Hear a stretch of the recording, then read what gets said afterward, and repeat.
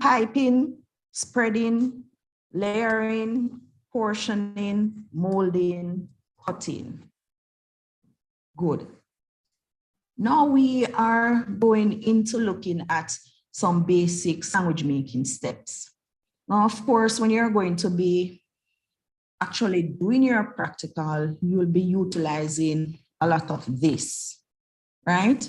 So for whatever type of sandwich or staple which that you prepare, then you will use, this is just a basic guide, right? So you're going to, of course, wear your protective clothing or your protective gear, and your workstation must, of course, be clean and sanitized, right? You're going to assemble, wash and dry your necessary tools and utensils, and you're going to prepare and assemble your ingredients. So whatever needs to be washed and drained, right? Then you need to wash and drain those and place them in relevant containers. You're going to prepare your filling and garnishes. So of course, remember in previous presentations, we said one of the important things in sandwich making is organization and speed.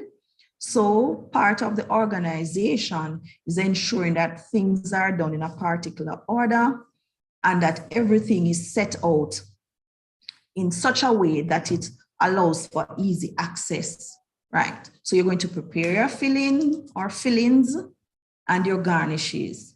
Then you're going to, of course, now prepare your bread or your staple, whichever you would have had prepared. And in the case of the staple, which remember for many of those would have already been prepared before you actually start. So if you're going to have, for example, you're going to use bami, and of course you're going to prepare your bamis by frying them and draining them and having them ready for use. Or if you're going to be making your fritter base, then you're going to, of course, prepare those by frying and draining or baking and draining, right? So whatever staple base you're going to be using, you would need to prepare them and have them ready. And if you're going to be using bread for your sandwiches, then you're going to have them sliced if they have not already been sliced. And the case where they need to be, the crust to be removed, then that is done. And you roll if you're going to be utilizing the pinwheel for that type of sandwich. Now, organize the various sandwich components for easy access and assembly. So, of course, you're going to put all your filling together, place them appropriately at your station. You're going to have your bases ready. You're going to have your spread ready. You're going to have your garnishes ready and everything laid out, ready and easy for access. In the case where you're going to prepare your fillings, right, you make sure you have the necessary utensils at hand. So if it's your strainer that you're going to be using to rub your peas through or your cheese through, you have those on hand with your necessary bowls, etc. Then we are going to start assembly. So you assemble sandwich by applying your spread to bread or to your staple base. And then you place your filling evenly and neatly. And you're going to, of course, create a particular sandwich or staple which using a relevant technique. So if it is that you're going to be making a double decker, then you would have to do the layering. If it is that you're going to be doing a wrap, then of course you're going to have to place your ingredients and wrap that and cut, etc.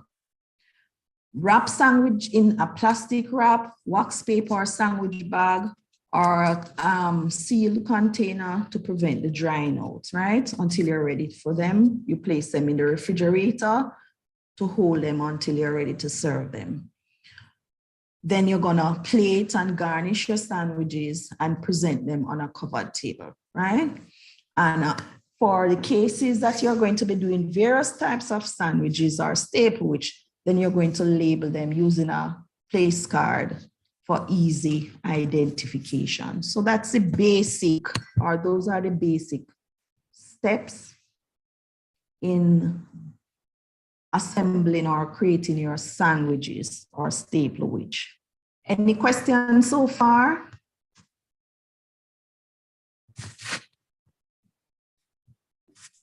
No, miss. Nice. All right, great. Now, since we started, we made mention of the link with agriculture and value addition, right? So we were able to also give you information on how you can actually start up your gardens, or if you already have some, then the information could also help you in enhancing what you have. So in the case where we want to add value to what you have at home. So for example, you may be growing red peas or any other peas, gungo peas, right? You have your cucumbers, you have your lettuce growing or so on. How can you add value to that, right? And as we were saying, making your sandwiches is one of the ways that you can actually add value to what you have at home in terms of your vegetables, your peas or legumes that you have. Or for some of us who raise chickens, because some persons have the backyard that they can raise some chickens or even rabbits, etc. Right? So we can add value to these things by adding other ingredients, creating a new product, right? And in the case of a staple, which you're actually creating a new product, I'm sure many of us would have gone to the supermarkets and other places and see sandwiches for sale. So it is something you can actually earn from. So where we are going to add value to these things by adding some processing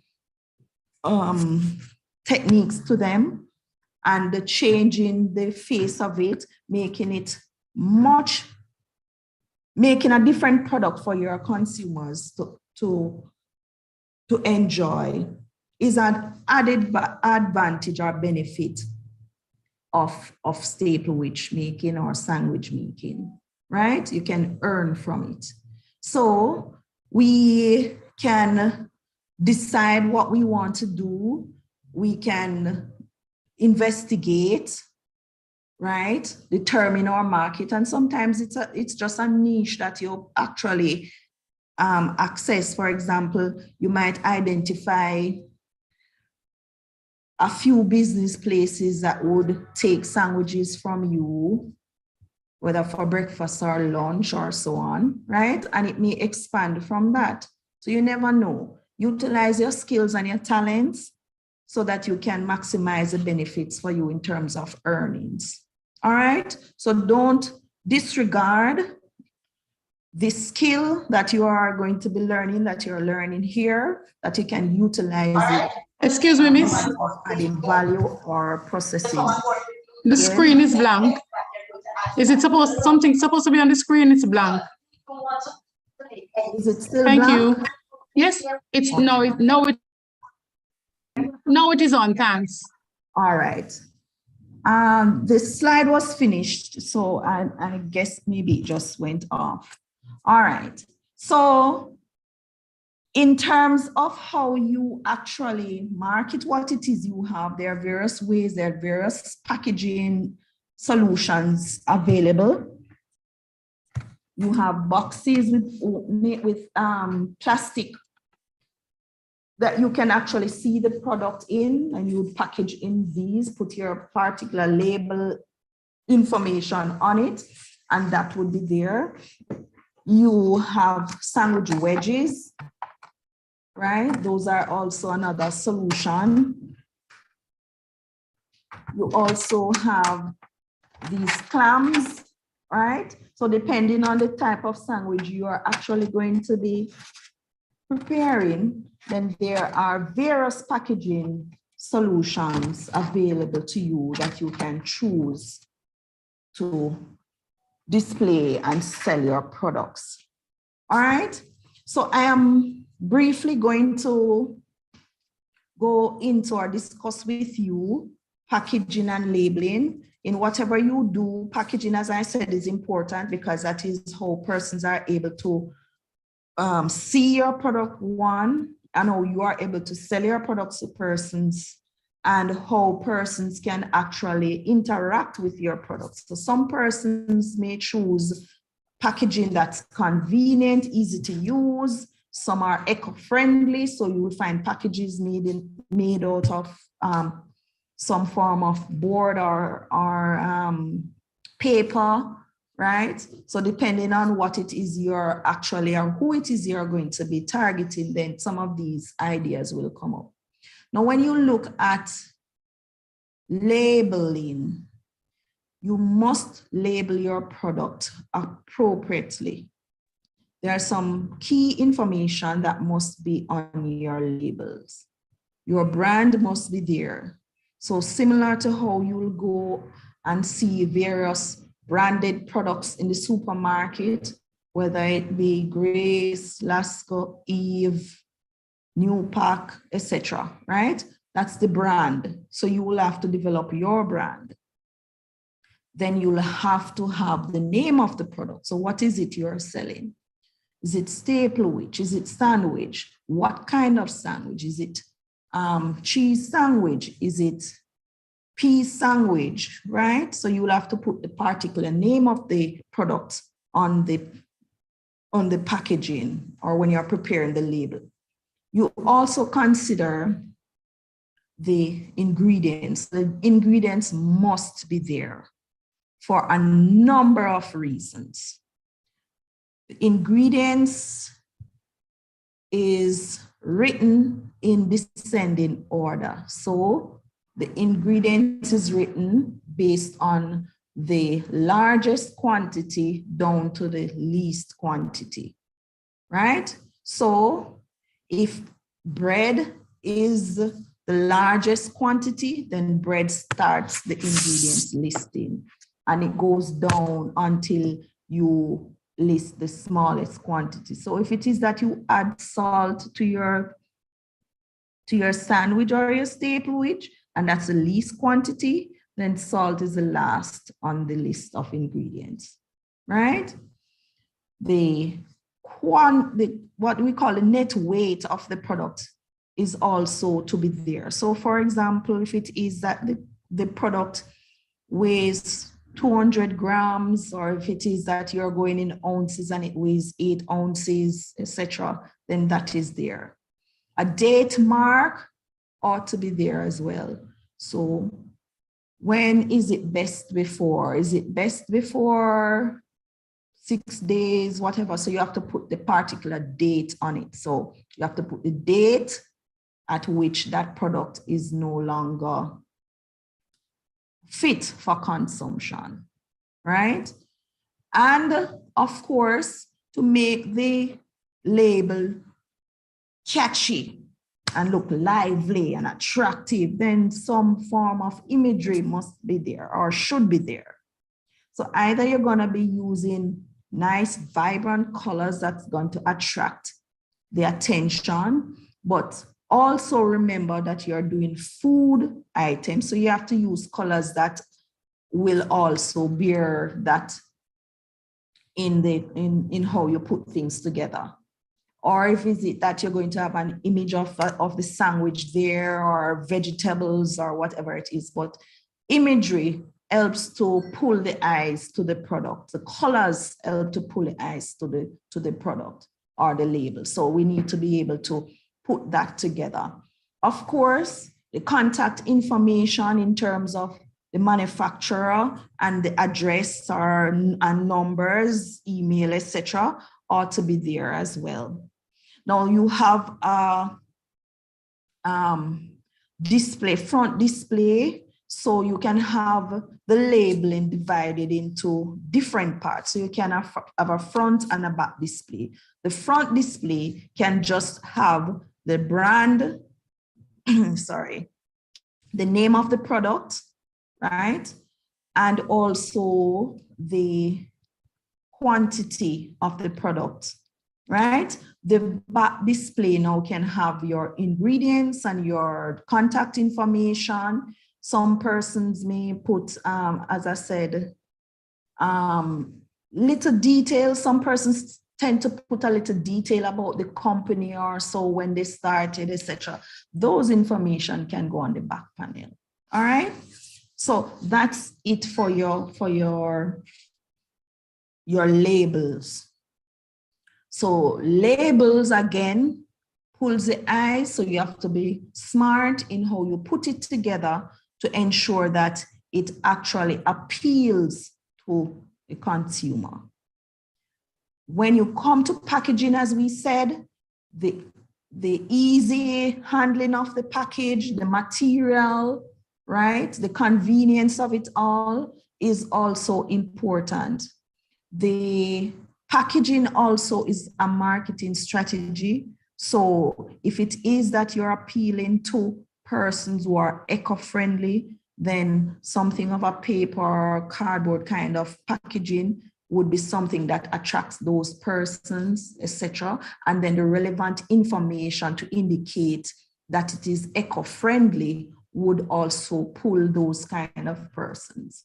All right, so think on these things if it is that you want to consider that in terms of how you go about processing or value addition, then this information might come in handy. As I said, this is not the wherewithal of everything that has to do with packaging and labeling, but just to give you a little information on how this can actually help you to think and to research what you would need to do if that is where you want to go. All right, great. I think I had an image of some packaging, other packaging solutions, if I can find it.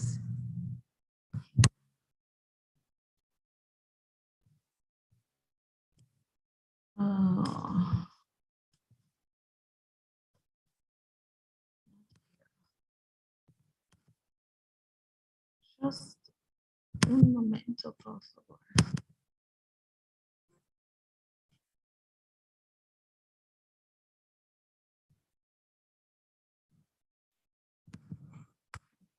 Reading.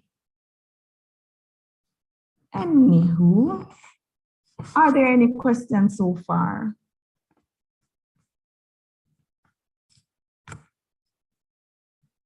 You have gone no, miss. Are there any questions you're understanding so far? Great. All right, so I'm just going to need few minutes to put two things together for the demonstration. But in the meantime, I want you to watch this video that has to do with garnishing sandwiches, right? Remember, we have to have the eye appeal to pull the eyes to the plate. There's this term that says you eat with your eyes. So what attracts the eyes will cause you to salivate and get you excited about what it is that is presented for you to eat, right? So it must look attractive and look nice and yummy and delicious and makes you want to eat it. True or false? True. True. Exactly. So let me, right. So I am, no, not that one. Where is that video?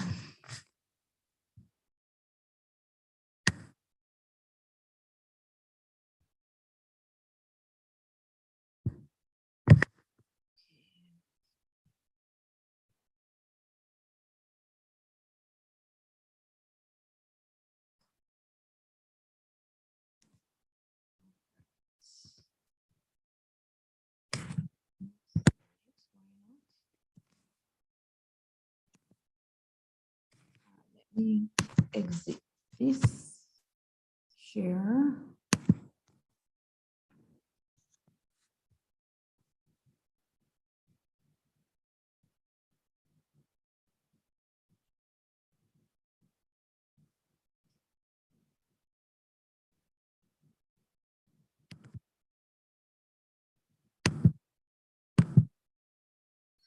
Okay.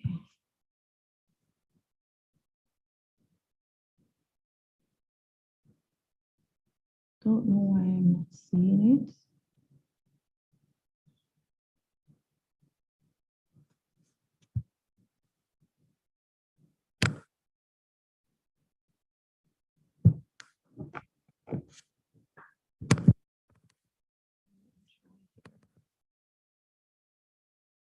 Lordy. My apologies. I'm downloaded this thing and I'm not seeing it at all. So let me check somewhere else. You go inside of downloads, miss. We're not trying to find it.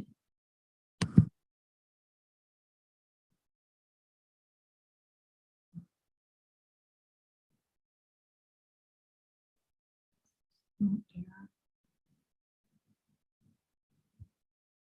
Give me 1 second.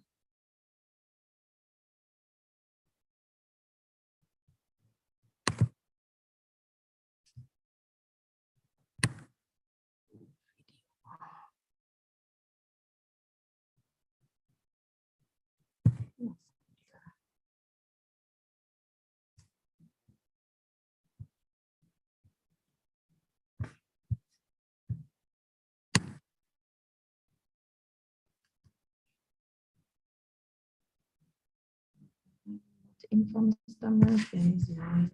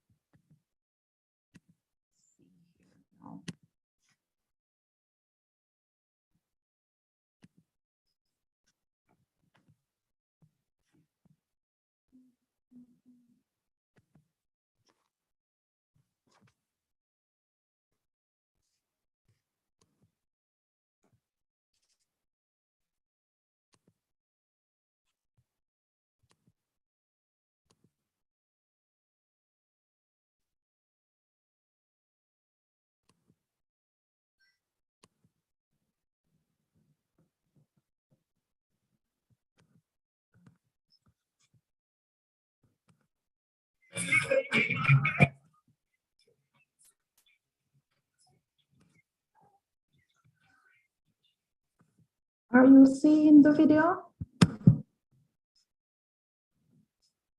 Yes. Not happy. Yes, yes, we're seeing the video, but it's paused. But yet you're not hearing anything. Okay.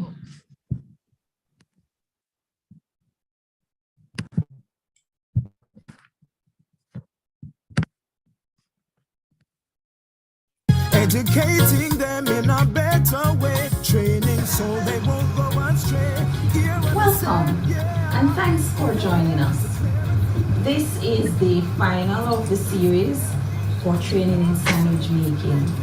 And for this series, we're looking at simple garnishes and presentation of sandwiches. Are you seeing and hearing? Yes, we are are. seeing and hearing, but you just Yes, we're pause it, hearing. I think. Yes, miss. I can hear. Yes, we're here. All right, great. Let's go now. Now there are so many different ways in which we can garnish our dishes.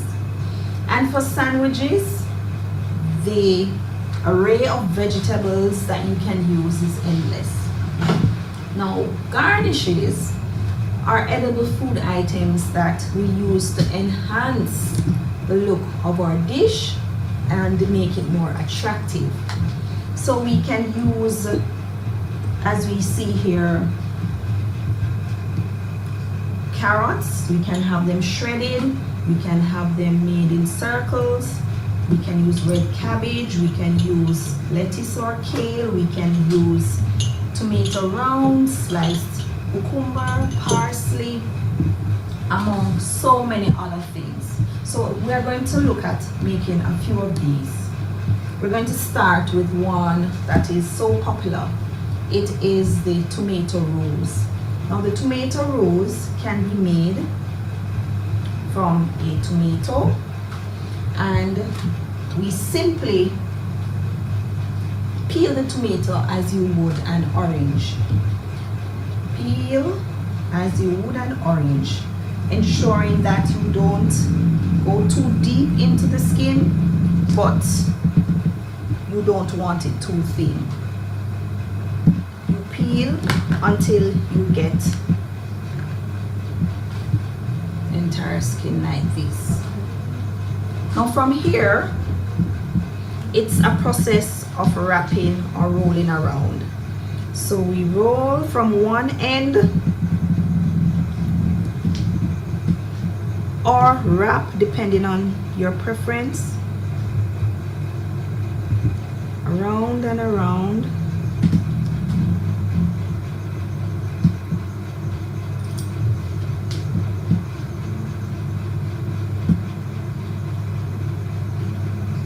And the size of the rolls will depend on the size of the tomato or the skin that you have peeled. Now I tend to flip my rolls, and you end up with this. So this is your tomato rolls. Now for the tomato rolls, you can carve leaves from either sweet pepper or cucumber skin. So all we did was cut the skin from the cucumber, and you go about just carving. You go about carving a leaf to suit your desired need. Can be simple or intricate depending on you. If the skin is too thick, you can pare away excess. Make a similar one. Use the first as a template.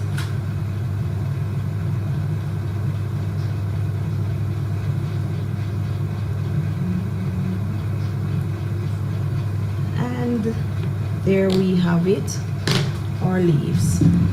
And we just place our leaves right beside our flour. So that's one. Now we can make what we call a tomato flour. Now we have a tomato here, and what we're going to do is from the top, we're going to cut through the skin but not into the center, all the way down. And we're going to do that around, say, about in 5 or 6 to make petals.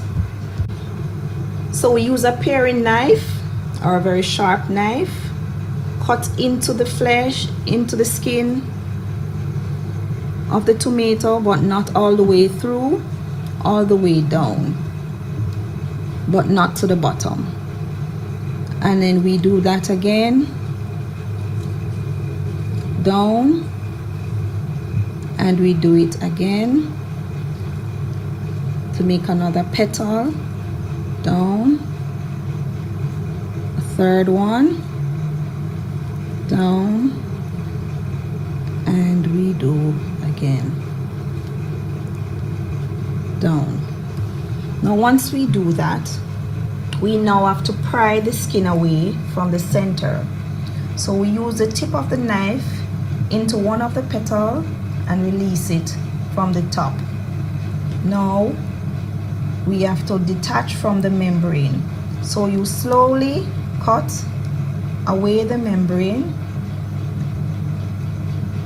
to release the petal. Do that for all of them. Cut away to release the petal from the center. Do the same thing for the others.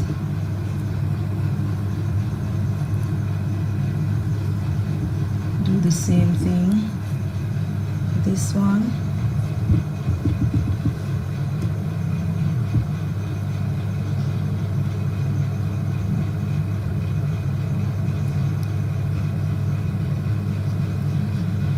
And the last one. We cut away.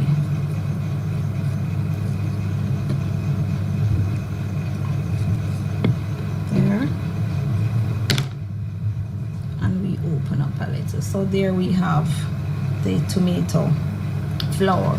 Now if the base is a little uneven, you can cut just so it stands nicely.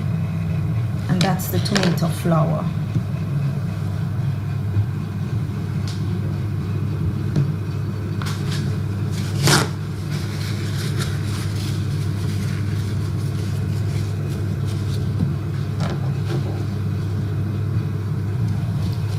Now we can make tomato rounds, and that can be done by just cutting away the flesh from a tomato. Just cut away flesh with the skin right there, like that.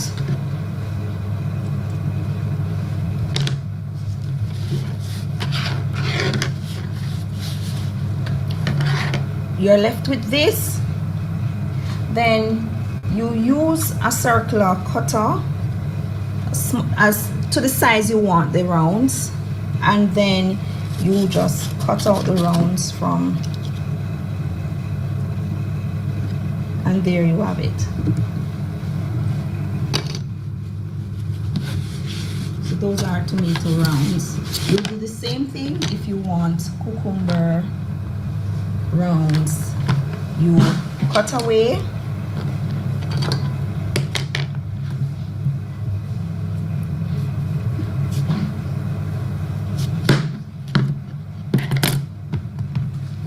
and then from this you make rounds.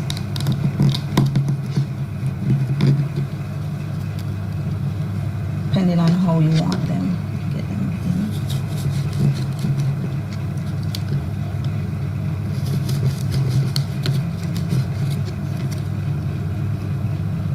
These are your rounds. Again, if it's too thick, you can always pare down.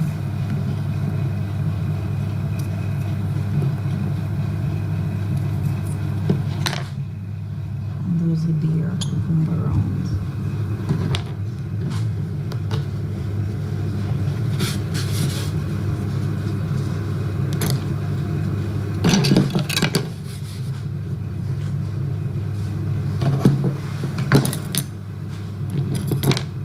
Now, if you want to get some interesting shapes from your carrots, you can use a serrated cutter. That's this. You have your carrot and you cut down on them to make rounds, circles that have indentations on them that makes them interesting. So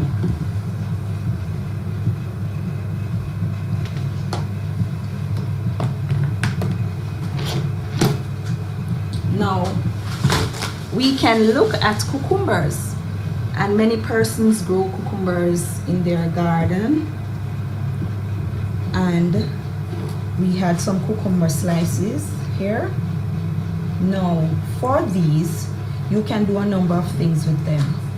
You can arrange them nicely, so you can arrange them in layers.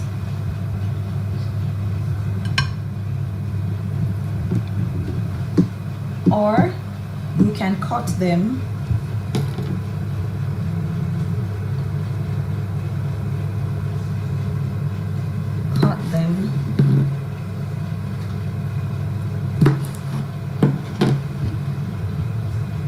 and here you can now arrange them on your plate in interesting ways.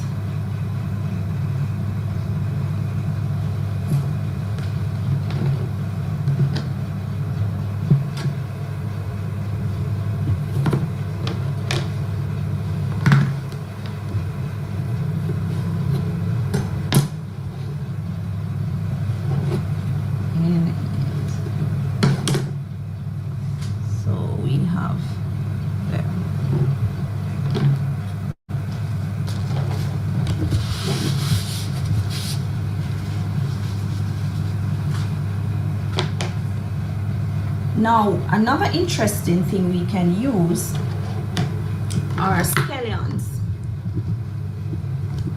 We use scallions to make scallion curls.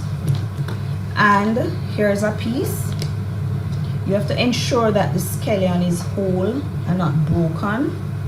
So if you're going to use them for garnishes, when you purchase them or when you grow them, you cut them without bending them. Here you cut away, and depending on the length you want it, say about 2.5 or so inches. Now, from this, you can cut through the scallion and pull up to make some small lengths going up.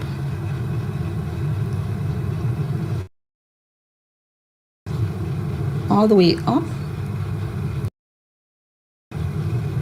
And then what you do is place this in ice water and it curls around like these. Now you can do two-ended ones by cutting that end and cutting the other end, and it will curl like this.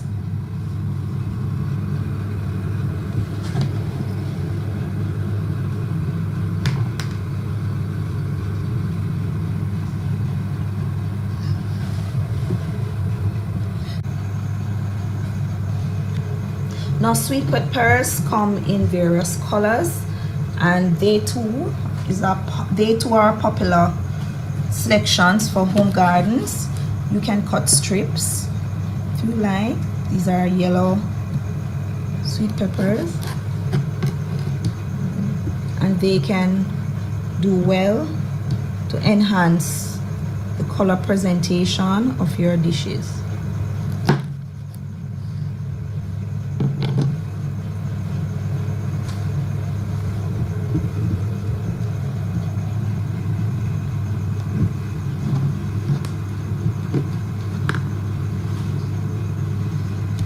Now, as we have seen in our prior series of open-faced sandwiches, closed-faced sandwiches, etc., we used the carrots and the cabbages and the kale, etc., as part of the dish.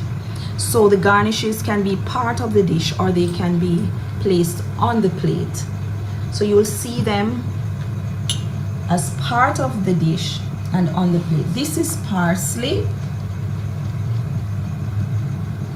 and the leaves can be pulled apart the size you want them, and they can also be placed as garnishes on the edge of plates or on the actual dish as well. So these are just a few simple garnishes that you can make at home that can enhance your sandwiches or your dish, and we're going to show you how these will make the sandwiches that we make look even more wonderful.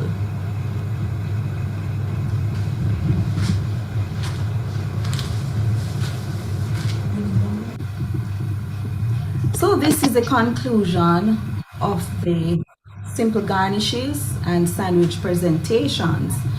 This also completes the training video series on sandwich making. Of course, you can see our lovely, pretty cheesy open-faced sandwiches, nicely garnished.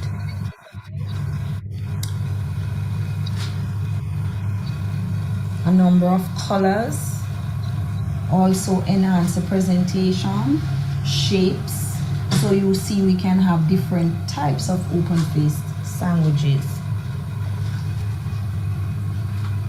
Here we also have our rainbow cheese skewers, showcasing again multiple colors and layers of both white and brown bread, nicely garnished as well.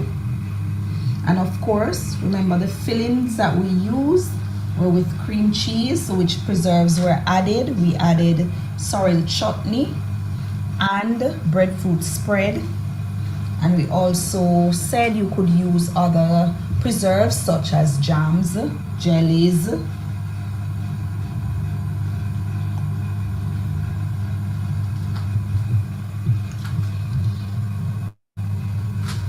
Here we have our cheesy vegetable wraps, quite simple to make, interesting, colorful, and nutritious. Remember, you can utilize those vegetables from your backyard garden to add to any of these dishes and try something new, find something interesting in your garden. We are promoting food diversification, and though we use the forest sorrel, you can try anything else that's edible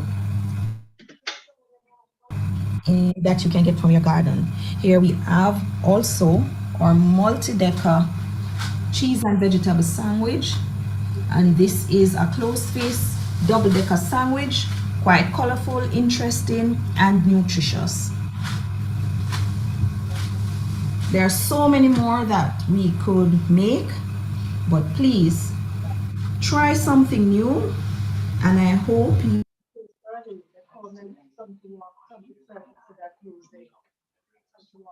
have learned from this series of video trainings. Please follow us on. Okay, so I'm hoping you would have learned from that video how to actually put together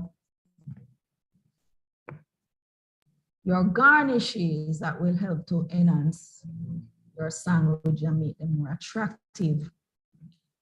Miss Mantle, I'm gonna ask you to use my other device to pick up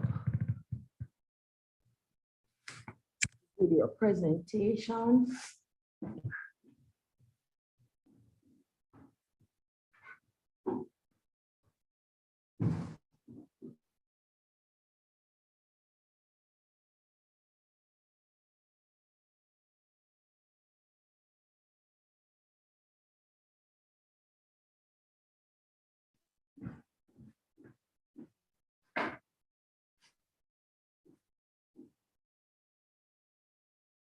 All right, so here I am again, and we are going to be creating some staples, one of which we're going to be using Irish potato as a staple base. We're going to be using a plantain as a staple base. Not seeing the video. We're not seeing the video, miss.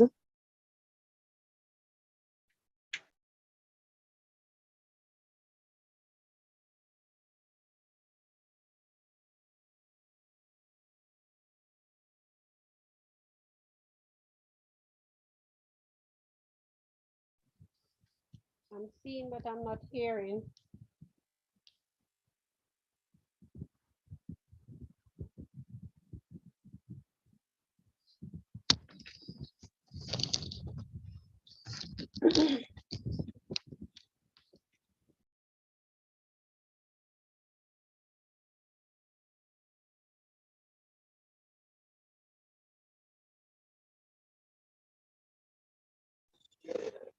Question. Anyone know the name of the tool that they used to do those little slices?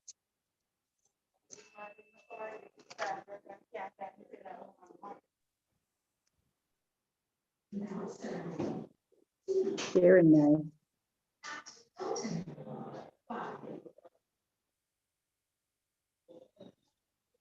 Hello? Hello? Yes, very nice. No, not the paring knife. That little tool that they used to do the rounds. Oh, the Serrated bottom. orange. That orange tool. Serrated cutter. Serrated cutter. No, that's not the serrated cutter. You know, no, the serrated cutter. That little orange It's a long vegetable tool. curler. It's more than one. It's more than one function. Not just a vegetable curler. It's the orange, Cutter. the orange looking one. Is it a scalpel? The vegetable curler. Circular. Are you hearing?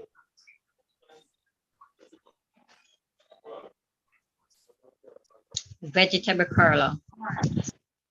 All right, thank you. So the vegetable curler is this one. It looks like a sharpener, large sharpener. Right? Yeah, thank you. You're welcome.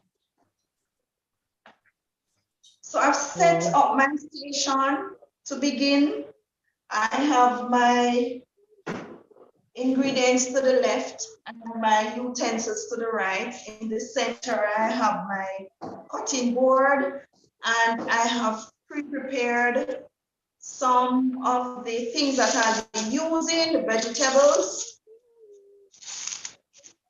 So in the interest of time, I went ahead, sliced up my tomatoes, cucumbers, and shredded my carrots that I'll be using. They're presented here. I've also washed lettuce and sweet pepper that I'll be using. So those were done ahead of time. All right. So, of course, you know that the staple-which base was prepared ahead of time. This is made from plantain. Not seen the video.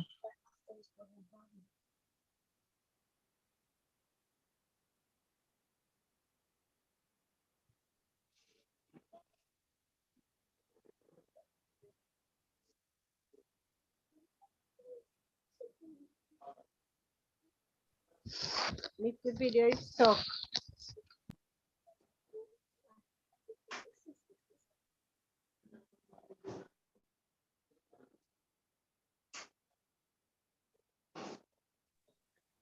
We're not seeing the video, miss.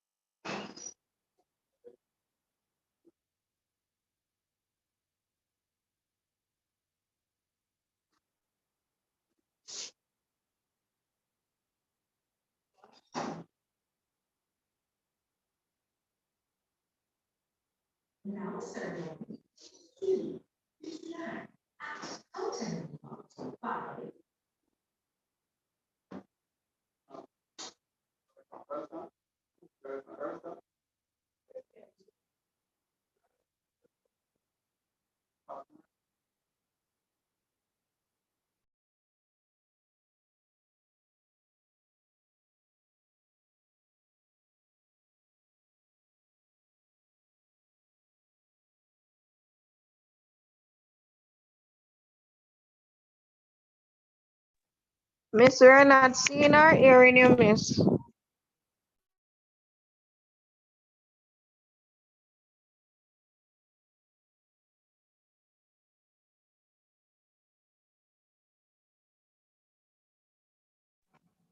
I'm not seeing her. It seems as if she fell off because she has been having internet issues from morning. So let me just give her a little more time to come back to the platform. In the meanwhile, let me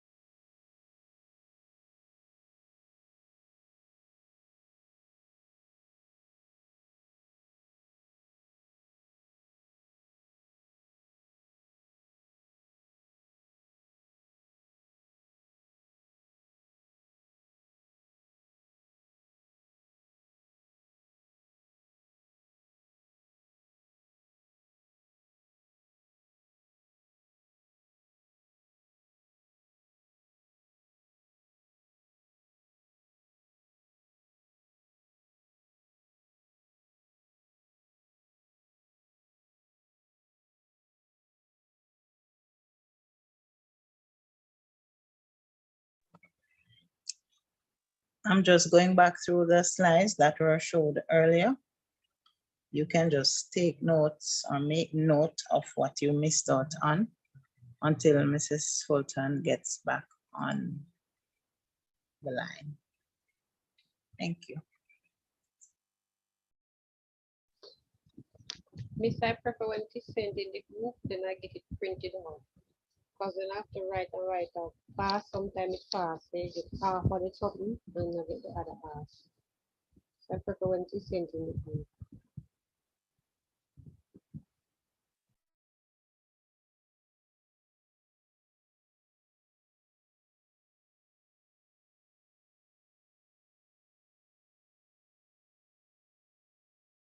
Miss, can you skip back, please? You can just take a screenshot at it, you know.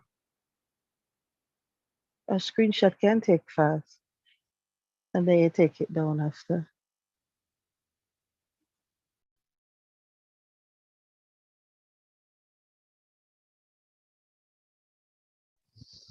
I think we get these already. It is just a revision.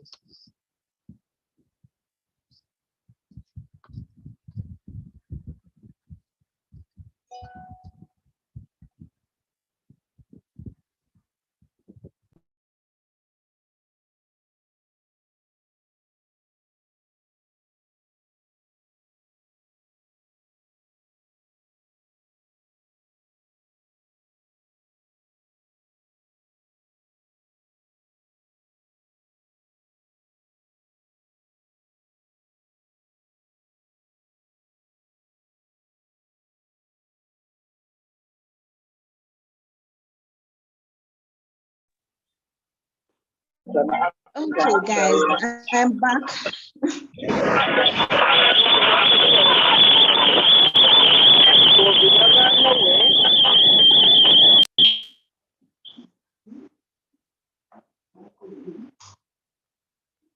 Okay. I am back. Apologize for that. As I'm just picking up where we left off. So I had vegetables prepared, the staple witch. Here we have the base made from green plantains, which were shredded. And then we added spices to it, onions, peppers, and also little flour, a little water, a flour for binding and a little water. And then they were shaped and fried and drained. So you end up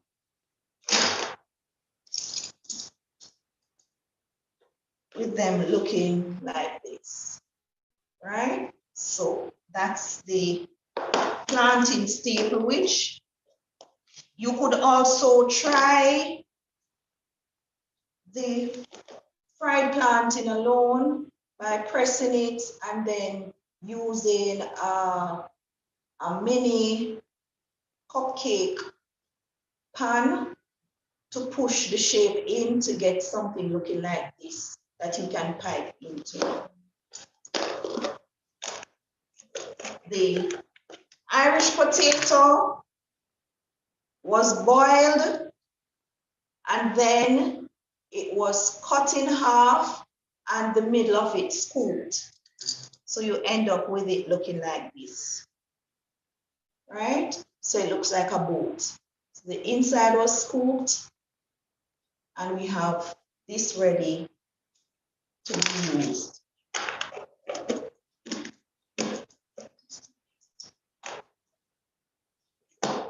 So having explained how this staple base was made, you would now prepare your filling.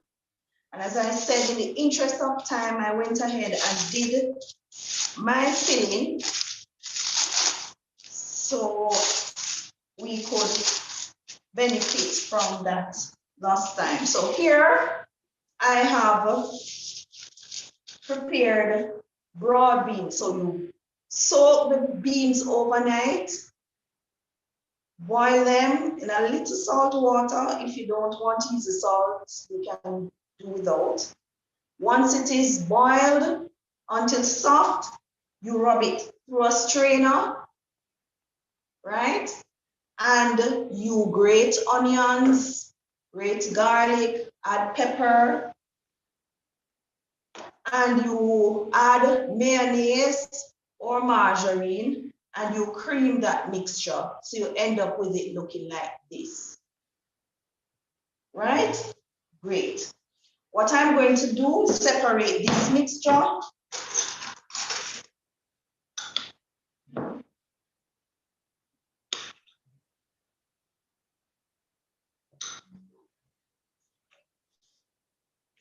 And to one, I'm going to add red food coloring.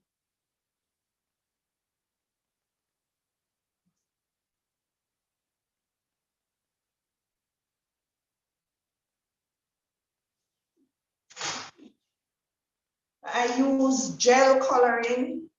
It's stronger, you get a better color. You just add it one drop at a time until you get your desired color. Just mix.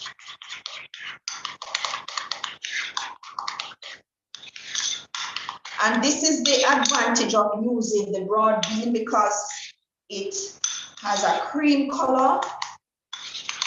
It takes the food coloring a lot better than if you were using, say, red peas. If you use red peas, then when you add other colors outside of red, then you don't get that distinctive color that you require. Nonetheless, you can still use your red peas, whatever is available to you, that's what you will use. Right.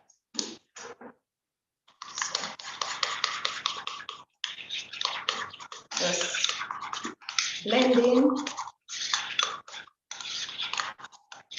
Right, can you see change into a peachy color?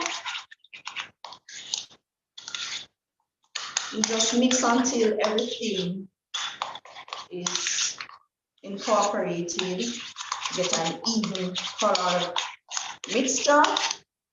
Right, so the technique we're going to be using is a piping technique. Now we're just going to put this aside a little bit.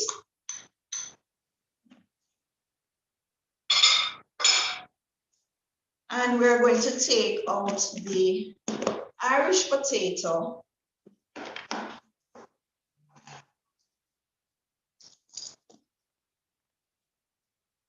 Right, these are the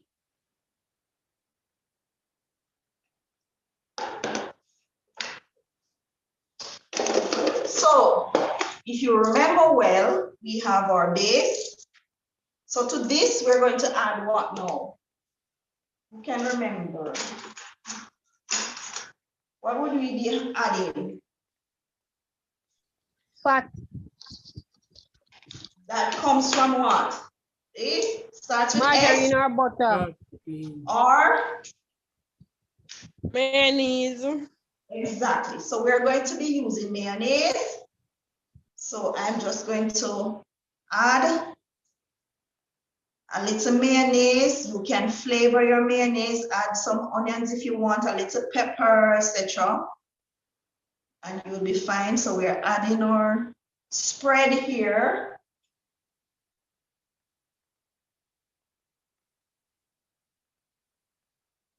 So we've added the spread.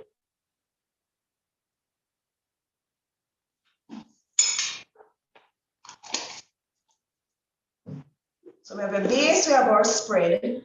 So what's next? What's next, guys? Filling. Filling. So I'm going to add to this some vegetables. So I'm going to put a layer of shredded carrots in.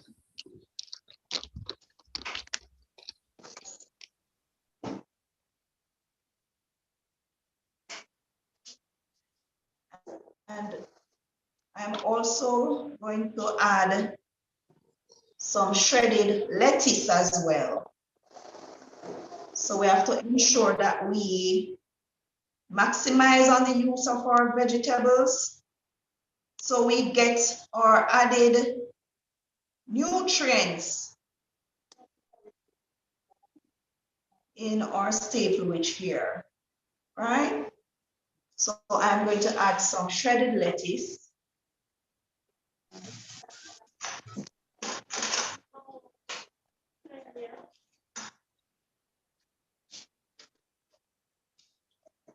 So you're seeing the orange and the green here.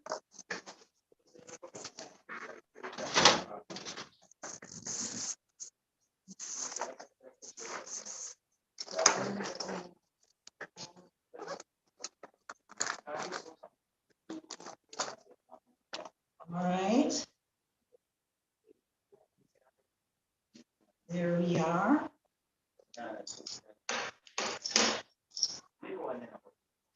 You can see, right? So we have the carrots and the shredded lettuce there.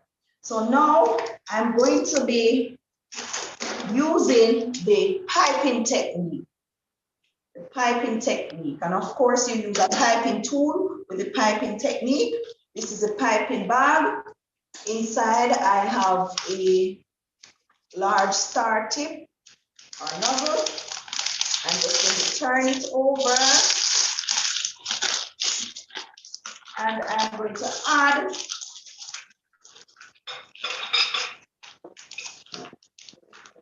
the filling here made from the broad bean.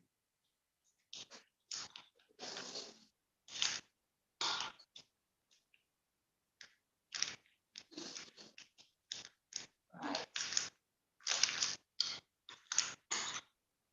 Just pushing it in.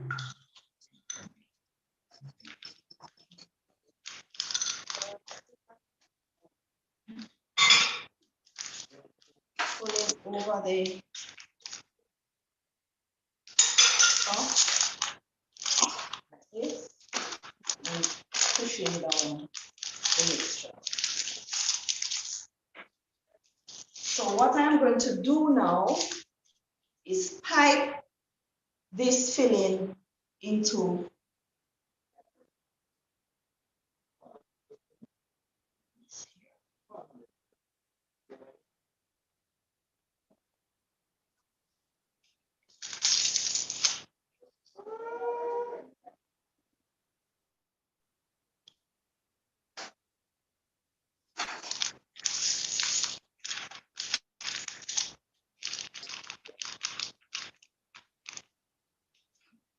a little more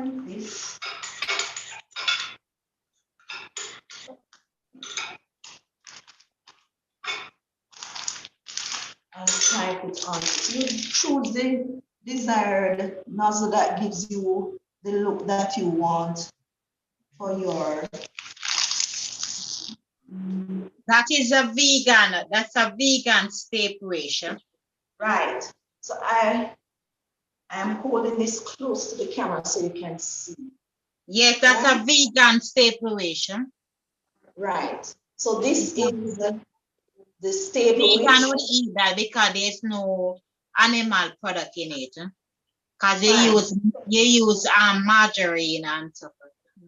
So what you can do now is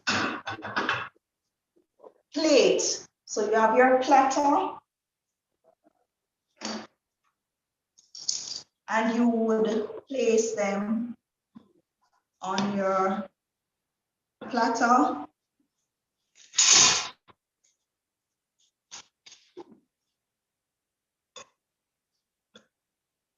And that would be it.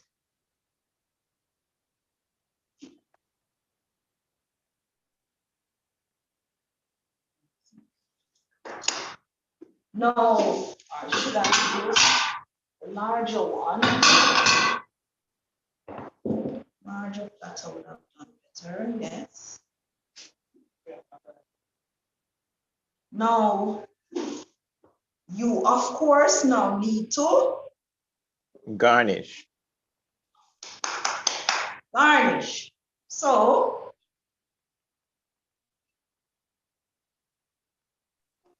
we can create, you can get parsley, you can put parsley on top of your staple wheat, right? Or again, as we said, you can put on the plate. Here, we're just going to use the yellow sweet pepper.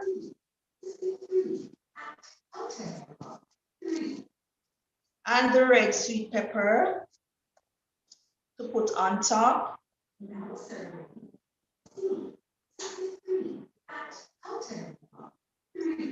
And red.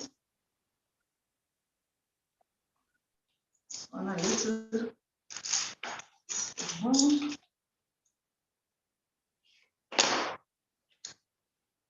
Right, good. Cutting it a bit.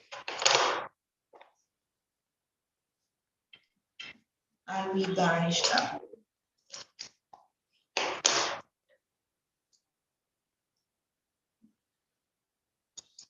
I have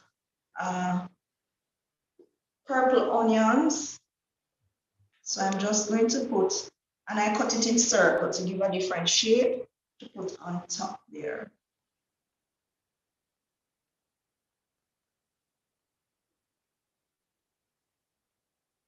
Just to put on top.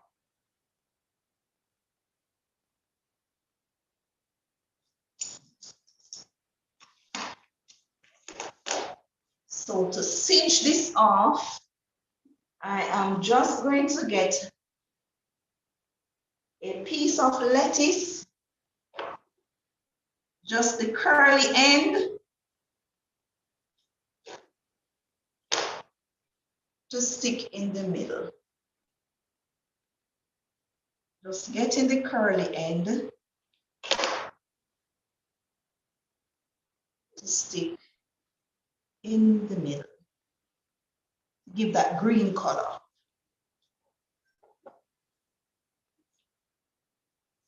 Right?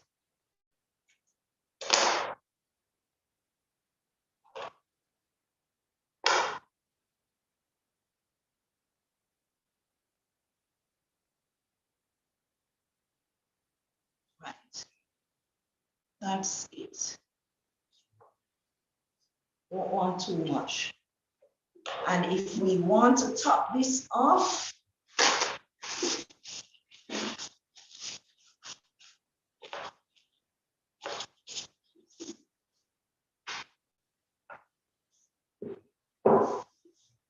we can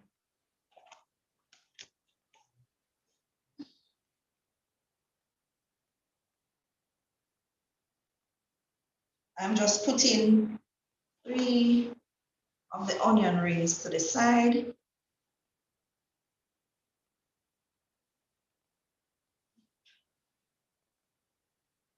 And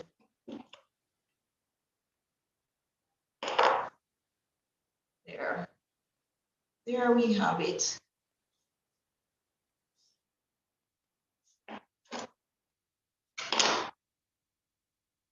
That's it. Right? So that's our Irish potato staple witch with the bean as the filling, right?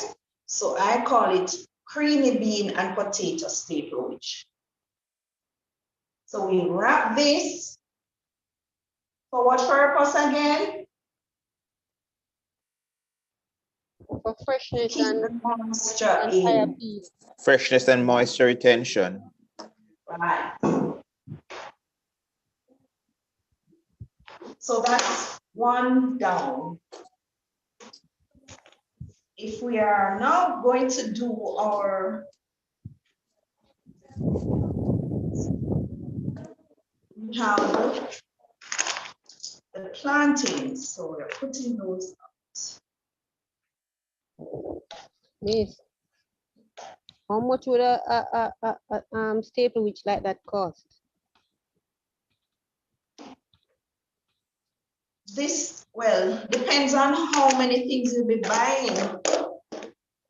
If you have your vegetables, at least some of your vegetables, all depends on the cost of the vegetables. And I always say, use up what is available to you, right? So you don't have to get high-end costing vegetables. Use what you have at home and purchase those that are affordable to you if you don't have certain vegetables. All right. So again, we come to the base, and having done that, we now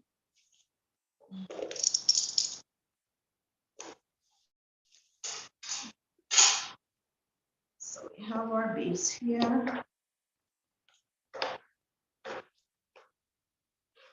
And we're going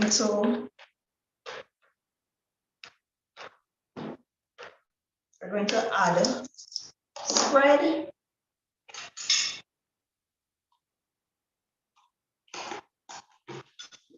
Our spreaders here. Mayonnaise. And like we said, you can use butter or margarine. You can also, What is that base, please? I didn't hear. This is mayonnaise. I'm using mayonnaise here. You can use margarine, you can use butter, you can crush your avocado if you want. No, right? man, the base, the starch. What is the starch? The staple, it's plantain. It's a plantain fritter. Okay. Right. So we have the base, we have our spread. We're going to now add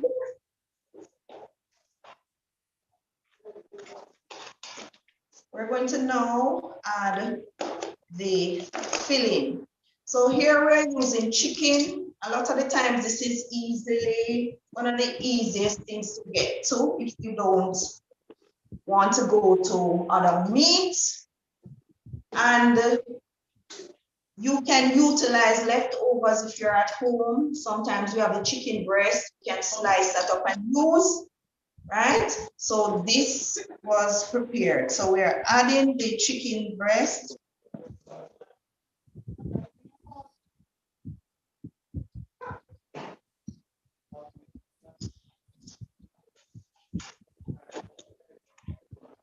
And of course, right? Good. So we're going to add our vegetables. So I'm going to be using lettuce again. So the lettuce leaves are prepared and you can cut them to shape if you wish. We're adding the lettuce.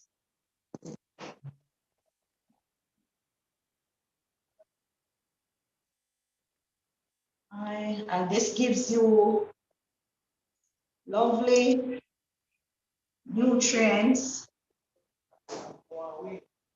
and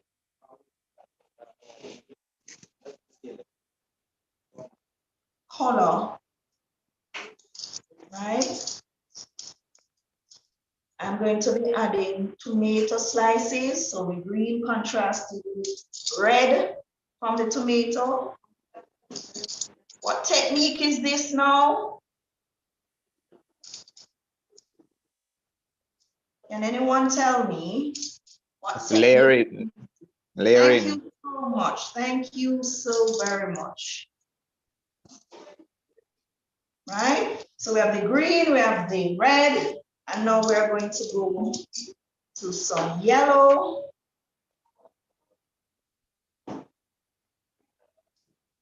With the sweet pepper.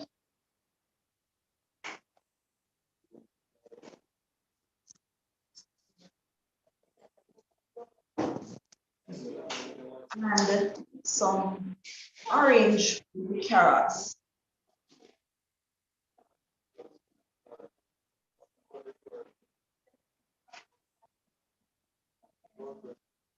And that is jam-packed with nutrients.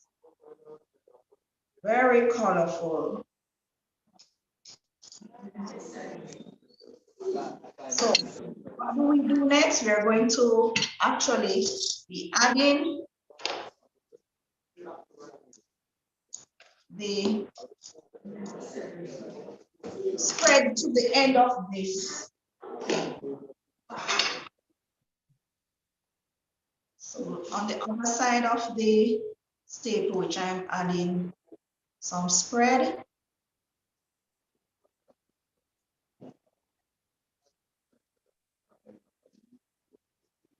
Because this is a closed face staple wedge, right? Just add in.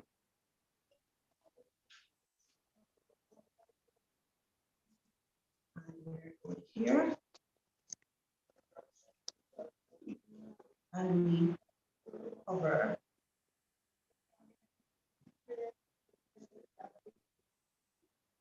We cover. Now to keep this together, we want to insert some picks.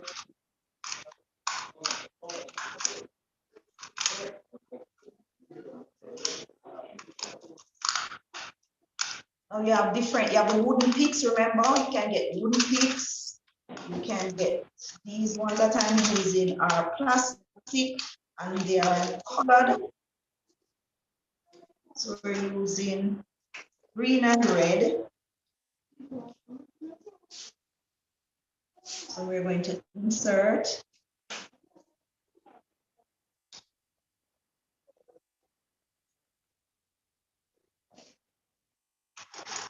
green,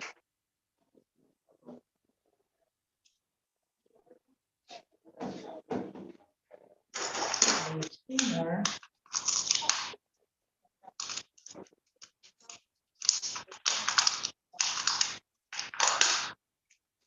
Resisting is useless to resist. Okay, there we go.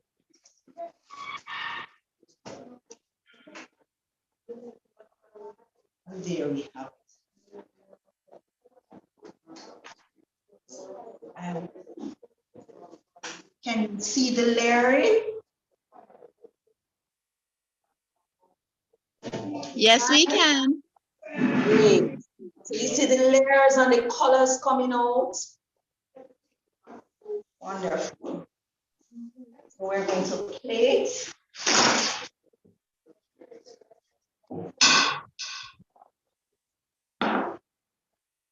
Just going to plate 2 of these.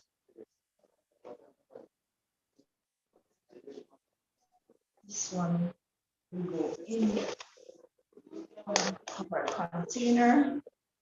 Right. So what's left to do now? Garnish it with. Garnish. Garnish, good. You can also see that this also has garnish as part of the staple, which because it is so colorful and lovely. So I have made tomato rose, and you learned how to make a tomato rose. I'm putting it here with the leaves right beside.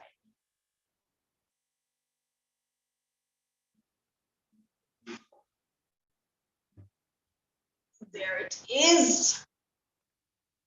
So you don't need a lot of garnish with this because it's already so wonderfully attractive with the different layers of colors there, right? So there we go.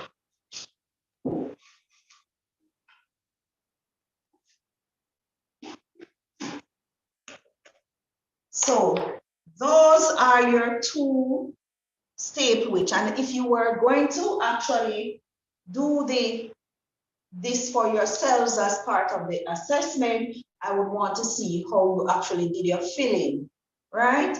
You can explain how you do the staple which, but we need to see what you do for your filling, all right?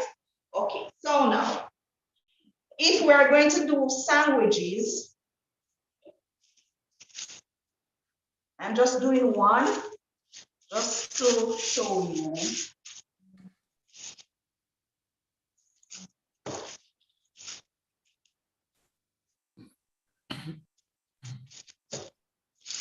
Let me color this one first. Remember, we had two of the beans. I'm going to color the other one green so you can see the layering coming out with actually.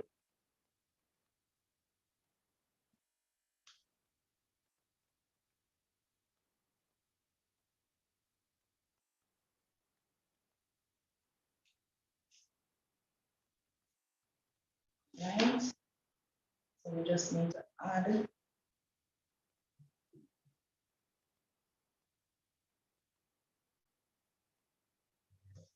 just at a time. There. Don't need any more. This is nice and strong.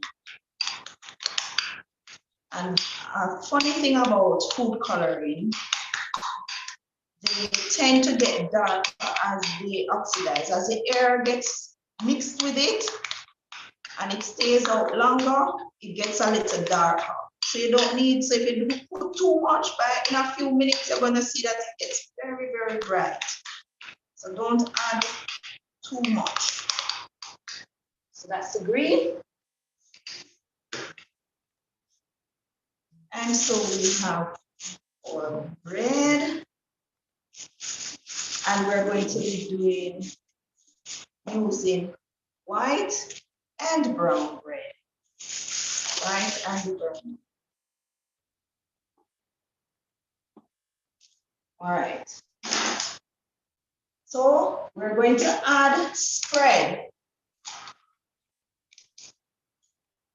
And I am using margarine this time.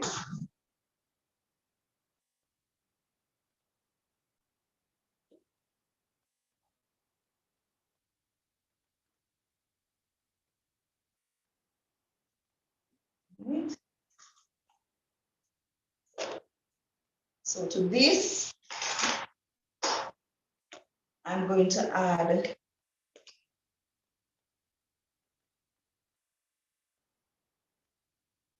some of the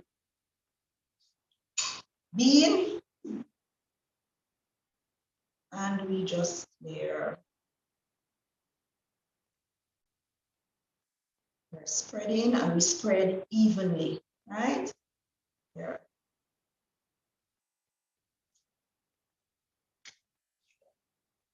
Now again, we add our various vegetables. So this is green, so I'm going to add a contrasting color, which would be the orange.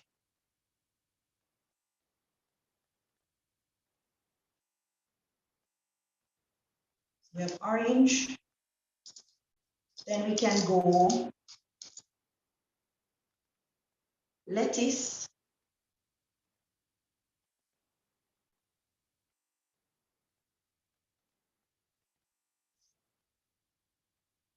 And then we can go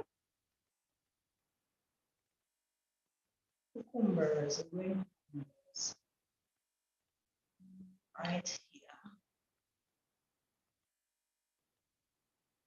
Then 4 of them.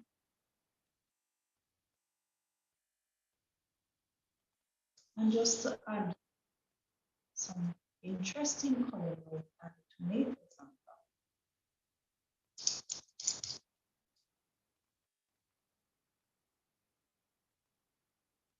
Tomatoes. There we have it.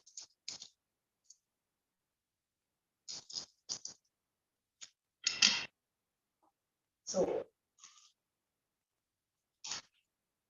at the top of this, adding barrier, which is it. What's the barrier here again?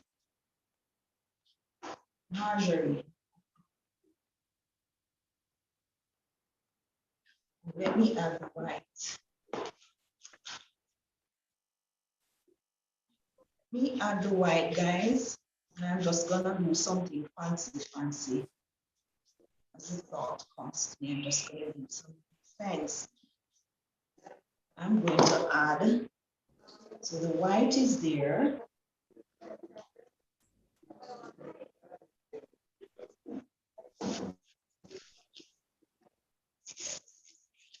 I have some cheese. I'm just doing a decker. You can see what the decker is. This is just sliced cheese.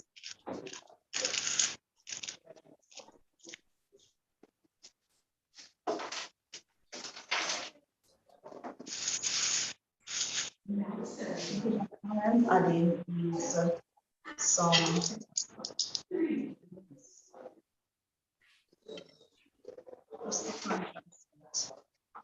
yellow. Lettuce.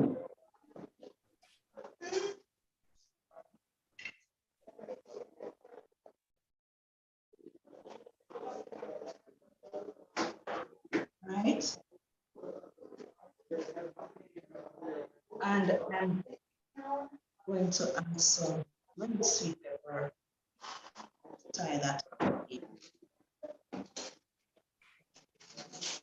There we have it.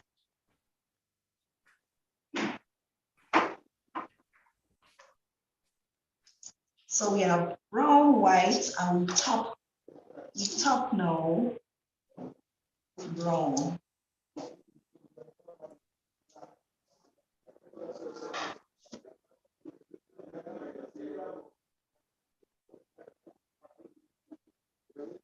There.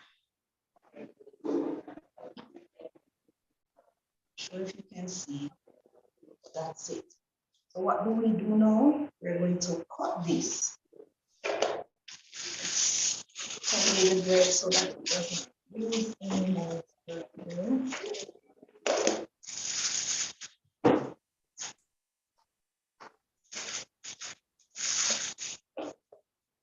Right.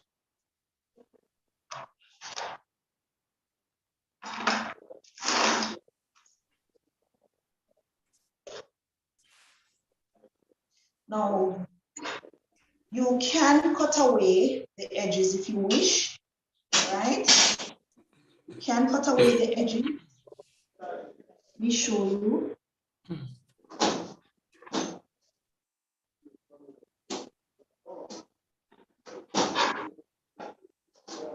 And you will end up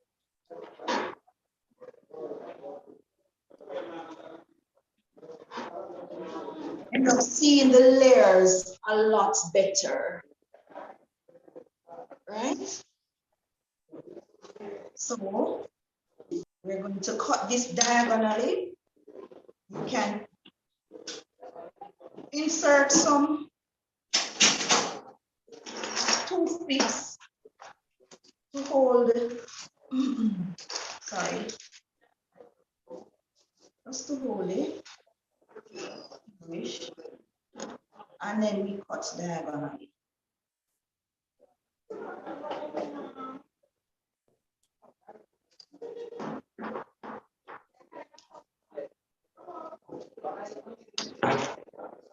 And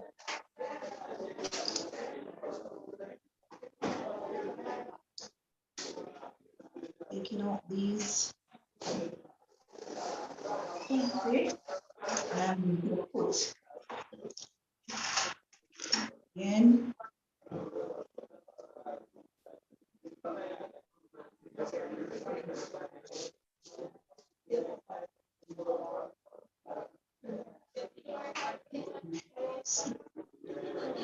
See. Right. So that's it. For this,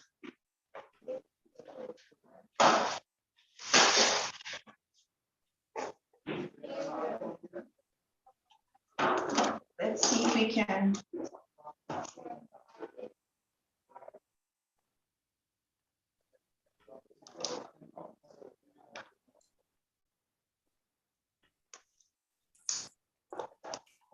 Skewer this one.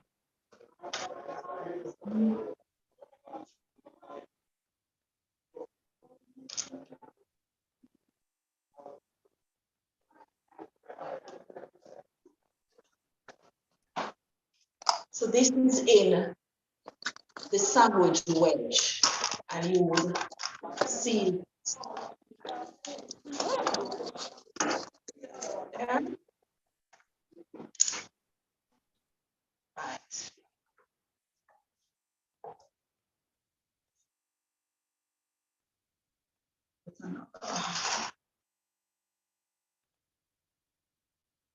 So that's the double decker. There. Let me just put this in here.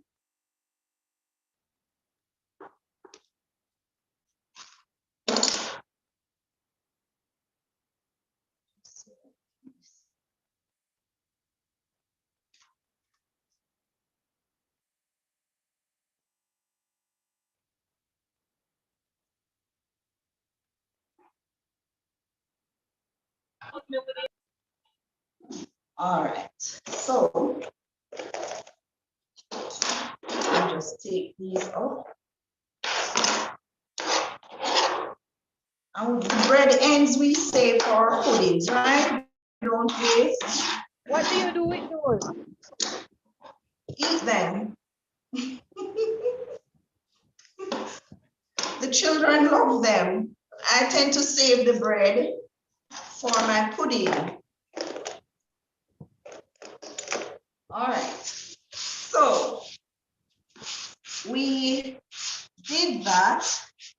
I'm just going to show you how the garnishing tool works for the vegetable curler. This is the carrot.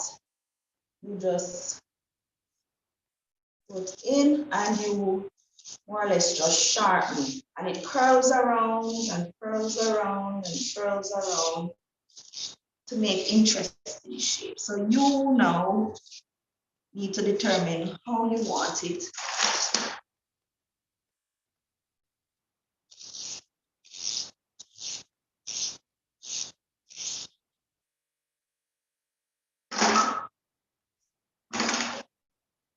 Right? So that's a curl. So you can curl it all up to make a rose, or you can just curl it, add up to create interesting shapes. Mrs. Fulton, Yes, dear. where can I get one of those vegetable turner to purchase? Where? You can get them online on Amazon, etc. You can get them in without having to call names.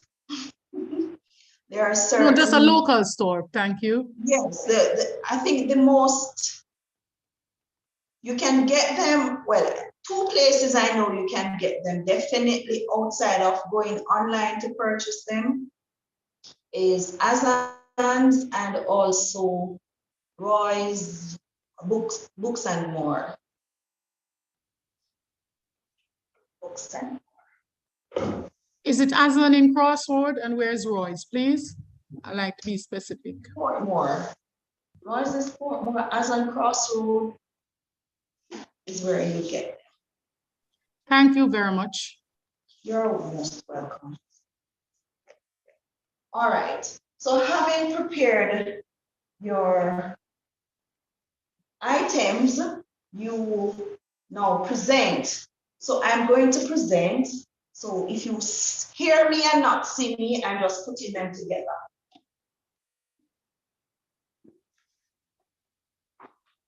All right.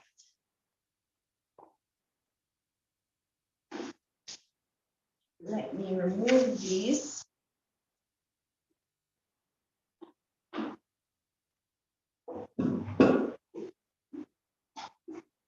I'm hoping that you will take the opportunity on the weekend to do some of these and practice.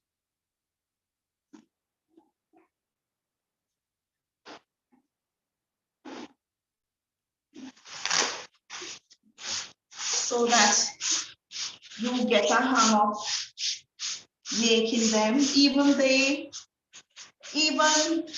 garnishes, you can practice making them and make your dishes look a little bit more extravagant. You're preparing a nice dish for someone and you want it to look different and have a little wow factor. So you could always garnish them nicely to give them that effect. All right. That goes over there. And I can put these here.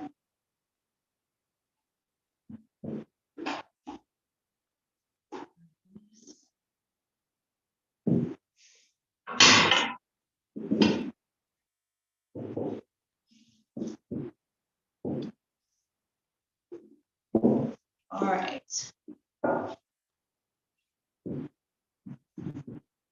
That's a little better. Right.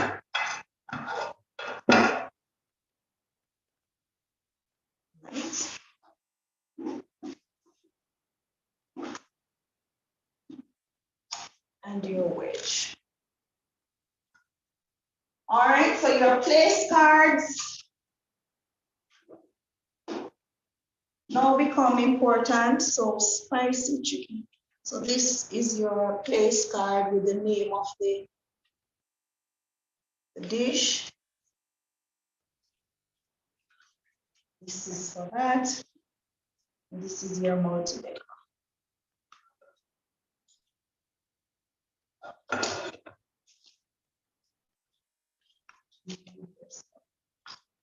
There you go.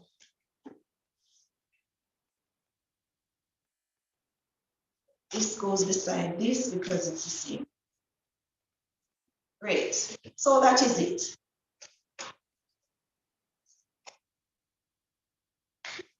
Your finished dishes. So here we have our creamy bean and potato staple wedge and our spicy chicken plantain staple wedge and our multi-decker bean sandwich, multi-decker bean sandwich, right? So those are your finished items. The plantain was fried, right? Yes, yes. Okay. It was great. there are going to be some examples and some recipes shared, so you can choose whatever you want. You can experiment at home and decide what you want to add or subtract, etc. Right? But basically, this is it. So once you follow the basic ideas of what you use, how you combine, etc., you will be successful. Any questions? Sure. I For don't have the app that allows you to taste or smell, but hopefully someone will invent such app. Go Right, ahead. thank you. For our demonstration, we'll be asked to prepare both, right? Both a staple witch and a sandwich. No, you'll be doing a staple witch. Okay. Right. And you'll be only doing two staple witch. One with plant-based, one with animal-based. Any other questions? Should that be plant filling and animal filling instead of plant-based or animal-based? So we use the beans, the broad beans for this one, so that's plant-based. We use the chicken for this one, so that's the animal protein. Okay, thank you. Any other questions? Everything is clear. I'm so happy. Yes, we are. We are so excited as well. I can just imagine. And I'm happy, and I hope I could do more for you to understand what we'll be doing. We'll be sharing some more videos next week so you can actually see how certain things, other things are created and give you more insight and understanding, etc. And we'll culminate as well in terms of reviewing and answering questions and etc. to put everything together. Be mindful that the mastery level certification will only be in your sandwich making. So what you would have learned from Mr. Moody in terms of guide to home gardening and Miss Pike in terms of the actual smoothies and beverages that she prepared, you won't be getting mastery. That's just what you call it, extra. That is the extra. So you'll actually be doing this, the test, etc. will actually be on your sandwich making. So I hope that would have alleviated much of your worries and fears. Could do sandwich making in our sphere of understanding that everything comes together.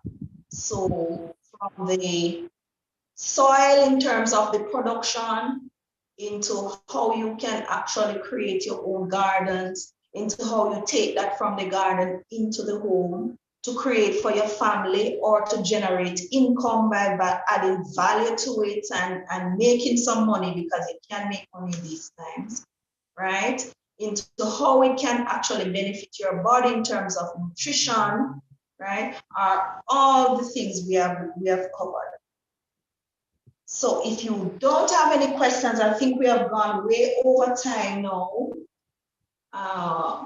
Yes, we have gone almost half an hour over this slated time, but I'm happy you are pleased with the work, and I want you to go out this weekend. Either you're going to do some garnishes or you're going to try some of the staple witch ideas that we have here, or sandwich ideas that we have presented. Any final questions, queries, concerns? No question, Miss. I just want to say how excited I am, and I have learned so much. Glad to hear. Miss Fulton. Go ahead.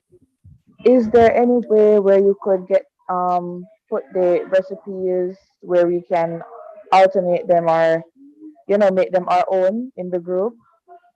That's what I said. I said I'll be sharing some recipes that you can experiment with and fix and whatever you want to do with them. Yes. Okay. Thank you. And videos and recipes. Yes. Any other concerns or comments? Yes, ma'am. Do you so excited I am. Do you provide any additional training outside of this forum? For example, if I would love for you to come to my school to do something like this. Do you offer that service? Go through your parish office. You will have to Okay. go through your parish office. So make the connection through your parish office. Okay, all right, thank you. Is it that we can use other staples to do our staple witch? Of course. Remember we said that the staple comes from the staple base. So if you want to use bami, if you want to use breadfruit, if you want to use yam, if you want to use sweet potato. For the demonstration. And what is available to you. And for the demonstration. For your assessment, I just had the plantain and the Irish potatoes. You can use whatever is available to you. Okay. Thank you. You're welcome. And I'm not sure if you mentioned this, Miss, for the demonstration, for our demonstration, we don't have to show how we prepare the staple, right? No, you have to explain, not show. Okay. Right, so explain. So even if it is that you're using bami, you must explain how the bami was made. And that's easy. I mean, all Jamaicans know how bami make, don't it? Hello? No, you know, some of us are very young.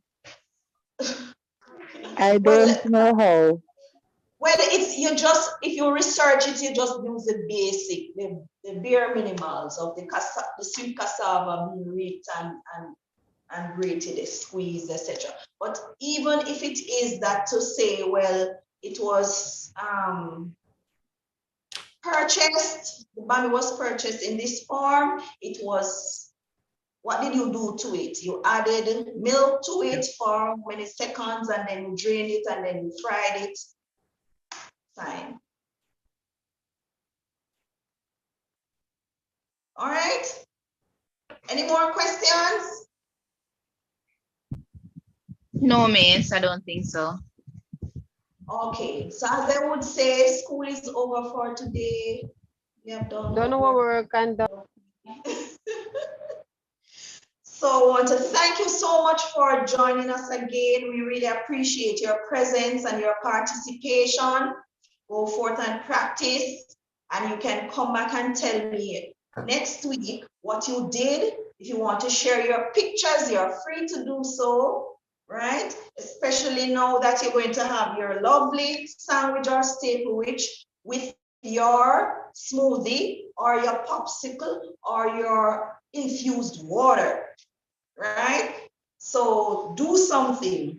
And in 4-H, we say we learn by doing. So you have to ensure you do something. All right, guys. Thanks again. Have a wonderful rest of the day and do enjoy your weekend. Miss Fulton, it was indeed a pleasure. I learned a lot. Thank you so much. You're welcome. You're welcome.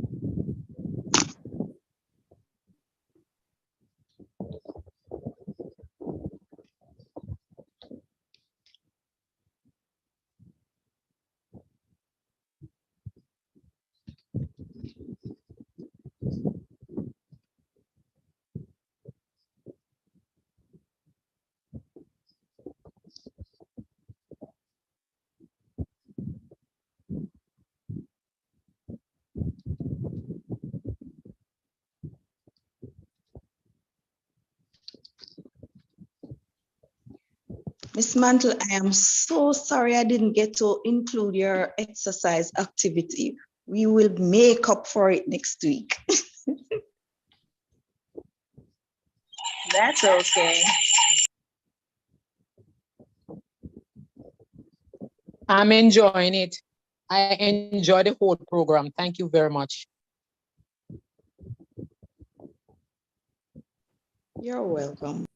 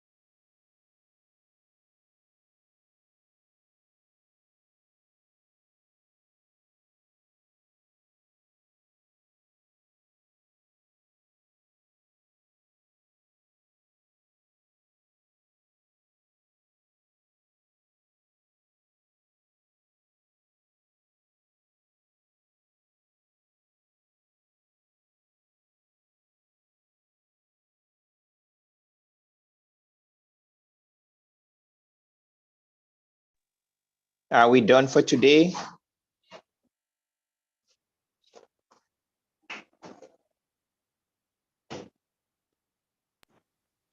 Yes, we are, sir. We Okay, I had to leave to go attend to come some back next clients. week, So, Tuesday, for the finale. all right, thank you. See, I have to be juggling this and work. I So, think you're welcome. Yes, we ended here. yeah, man. Thanks much. We were just doing some exercises at the end. Yes, All right. sure. You're welcome. Bye-bye.